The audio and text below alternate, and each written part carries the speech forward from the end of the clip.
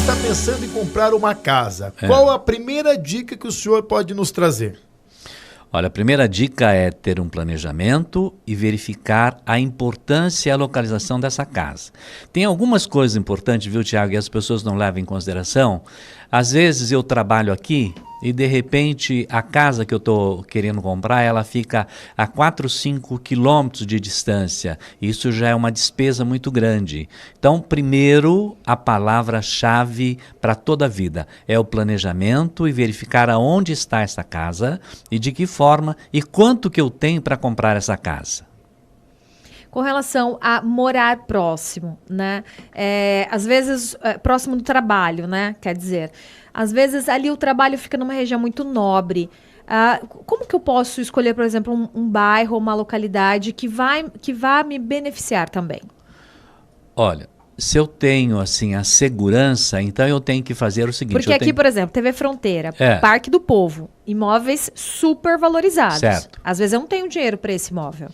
Eu tenho que estabelecer uma logística, né? Porque às vezes eu posso estar a 2 quilômetros, mas eu tenho que usar 2 ônibus, o transporte público. Mas eu posso ter uma casa, um apartamento, alguma coisa, que está muito mais longe, mas eu só vou usar, pela logística, eu só vou usar. Então, sempre que eu tiver essa condição de estabelecer, tem que ter uma logística para verificar onde fica mais perto, né? Porque sempre que você for utilizar um centro, alguma coisa, os imóveis estão mais valorizados.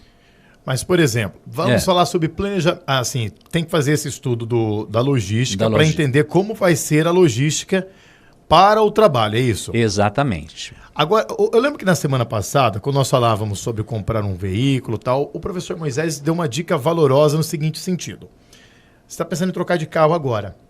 Então, ao invés de você trocar agora, faça uma reserva ficando com o seu carro antigo para você ter uma entrada maior e ter um gasto menor. Correto? Certo. Para adquirir um imóvel, qual é a engenharia financeira? Então, vamos lá. A engenharia financeira está voltada no seguinte ponto. As pessoas, quando vai comprar uma casa, então, se ele tiver o dinheiro, tá resolvido o seu problema, né? Essa é minha, eu estou levando. Mas se ele for financiar, ele precisa saber que ele precisa ter... para financiar, ele já precisa ter 20% do imóvel. Se ele não tiver 20% do imóvel e ele quiser financiar o 100%, ele vai ter que entrar numa modalidade chamada consórcio. Eu acho que não tem financiamento de 100% de imóvel, acho que são só 90%. 100. No máximo. 100. Tem de 100? 100 através do consórcio. Você entendeu? Você faz o consórcio e com esse consórcio você pode tirar até os 100%. Tá? Mas os demais é de 80% a 90%, as outras modalidades. Então, quando você me pergunta de que forma que a gente pode fazer para essa engenharia, eu, dentro da minha modéstia e dentro dos meus conselhos, eu digo o seguinte, tenha pelo menos 30%. Perceberam? Porque quando eu tenho os 20, eu vou dar de entrada para financiar os 80. Se eu tiver os 10, eu tenho toda aquela despesa. De registro. De registro, de tudo isso, que acaba te levando os 10%. Tá? As pessoas pensam que não, mas às vezes, dependendo de como está... A documentação é muito cara. De como a documentação, os impostos estão atrasados, alguma coisa, ele fica até um pouco mais. Então você precisa ter pelo menos isso. E tem um outro problema muito grave quando eu vou financiar, é o seguinte, eu chego lá, a agência diz assim para mim, olha, você pode financiar um pouquinho mais do que isso se você colocar o salário da sua esposa. Tá, tudo bem? Até aí não tem problema.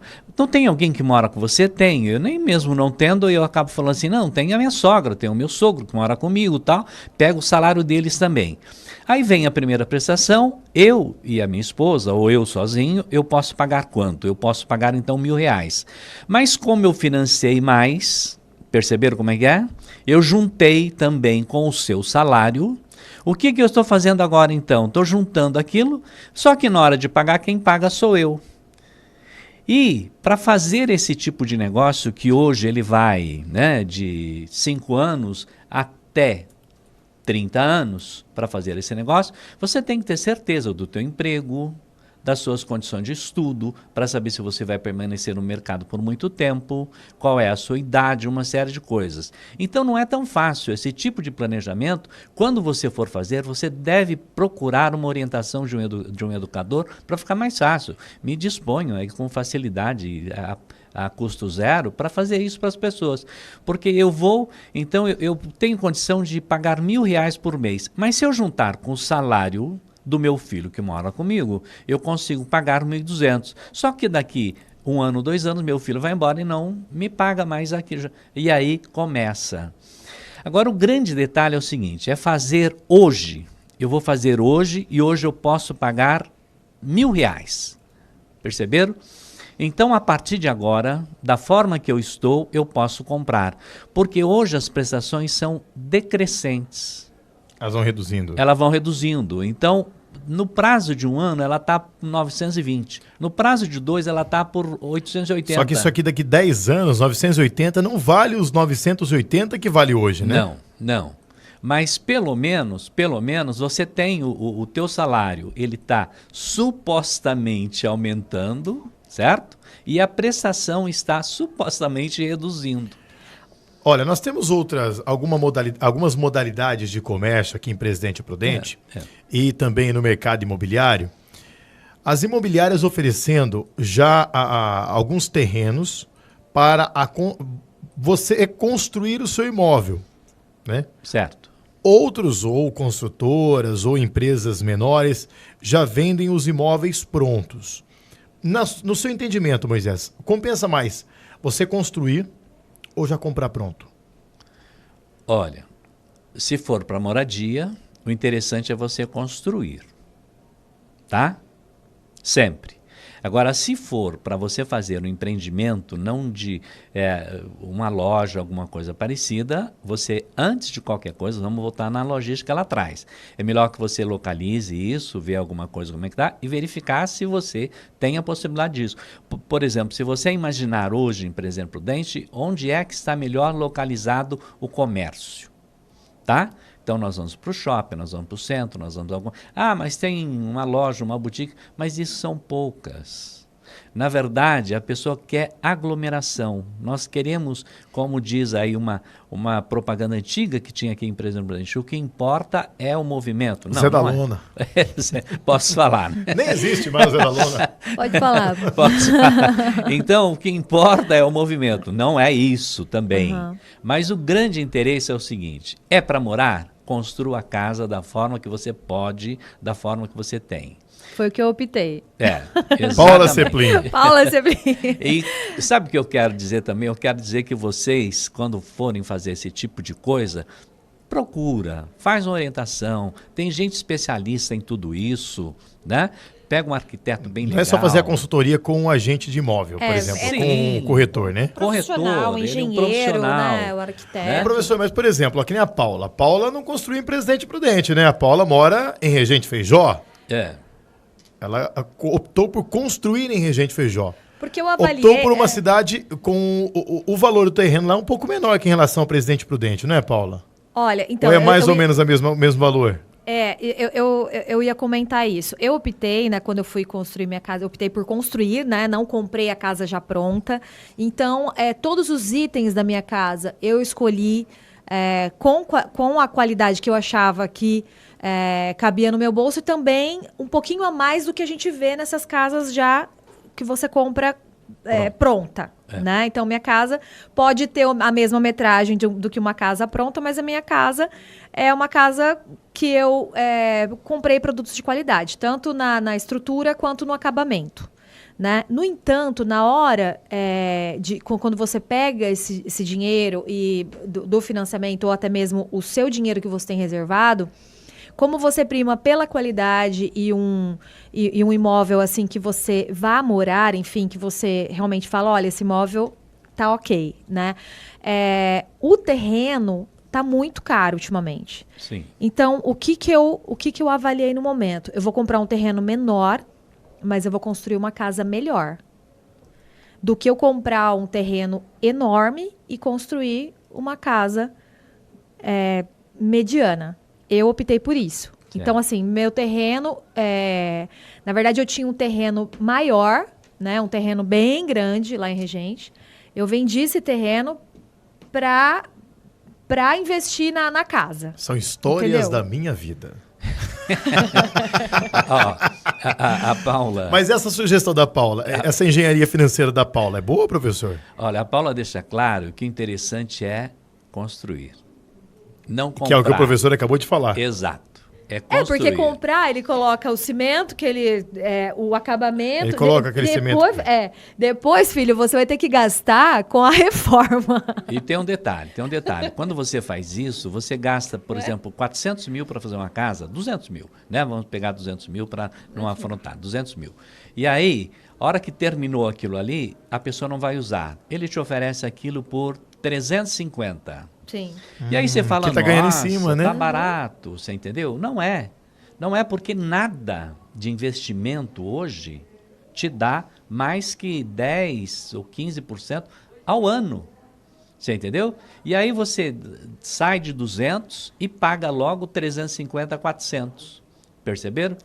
Então, quando nós falamos sobre isso, nós queremos dizer, então, sem sombra de dúvida, é melhor construir da forma que você vai, e se não der tempo para você construir dentro de um ano, construir em 2, em 3, em 4 e assim por diante. Vai Construir devagar. em 4 meses. E a questão de valorização do terreno? É importante observar isso também, professor? Por exemplo, eu vejo que tem alguns empreendimentos sendo... alguns já estão vendidos, outros em construção ainda ali para os lados da Ângelo Rena, em outros bairros da cidade. Compensa mais você comprar em um bairro já estabelecido, por exemplo, Jardim Maracanã, Maré Mansa, ou em locais que estão em expansão, como, por exemplo, ali a Zona Leste, nas proximidades da Ângelo Rena? Tiago, eu acho que a gente já comentou uma vez sobre isso, para você me entender um pouco melhor. Qual é o melhor investimento hoje? O melhor investimento hoje, na verdade, é você comprar um terreno pequeno. Porque amanhã você pode vender esse terreno por um valor maior. Agora, se você comprar um terreno e construir, se não for para você, você vai ganhar muito dinheiro. Se não for para você morar... Comprar para construir? Você compra, faz uma casa, você paga aí, por exemplo, 60 mil em um terreno, dependendo do lugar, você constrói uma casa de 150, você gastou 210, você vende essa casa no mínimo por 400. No mínimo por 400. Tá vendo, Thiago? Eu estou ensinando a fazer investimento. Então o meu pensamento tá correto. Corretíssimo. Aí, tá vendo? Olha, quem comprou naquela entrada, vamos pegar Regente aqui, porque Regente está crescendo muito, naquela entrada de Regente... Sei, Matsuda. Você vai daqui, naquela entrada de Regente do lado de cá. Então, quem comprou aqueles terrenos, eles estavam sendo vendidos em infinitas prestações e era exatamente 18 mil reais. Hoje, um terreno daquele não vale menos que 150. Meu Deus, olha só. Não vale menos que 150. Então, você tem que saber a localização, você tem que entender tudo e vai dar muito certo. É importante avaliar a localização dessa casa, se isso vai beneficiar a sua logística. E no caso daquela dúvida, né, de compra de uma casa já feita, já estruturada, ou da construção, é preferível, então, optar pela construção da casa, né? Sim, todos esses itens você tem que levar, né, levando em consideração o seguinte, né? Já comentamos, vamos voltar a repetir para você entender melhor essa dinâmica. Imagine você tentando morar longe do teu emprego, né? O combustível muito caro, tudo muito caro da forma que está aí, então é uma despesa a mais que você tem. Então tudo isso tem que ser pensado. Se não der certo, o que você tem que fazer então? Estudar então a logística do transporte público, ou do teu carro, ou juntar com um amigo e vir, né? E sempre. E também não juntar muitas pessoas da família para ajudar na prestação, porque vai chegar uma hora que eles também não podem te ajudar na prestação e você vai ficar então sem a casa. Muito bem, professor Moisés Martins. Sempre bom falar de dinheiro, né? Sempre, sempre. Professor, obrigado. A gente conversa em outra oportunidade, tá bem? Com certeza, obrigado. Eu estou sempre à disposição e sempre vale a pena, né? Sempre vale a pena que as pessoas entendam isso com bastante simplicidade que a gente fala para vocês entenderem. Tá ok? Volte sempre, professor. Um abraço para vocês. 10h41 na CBN.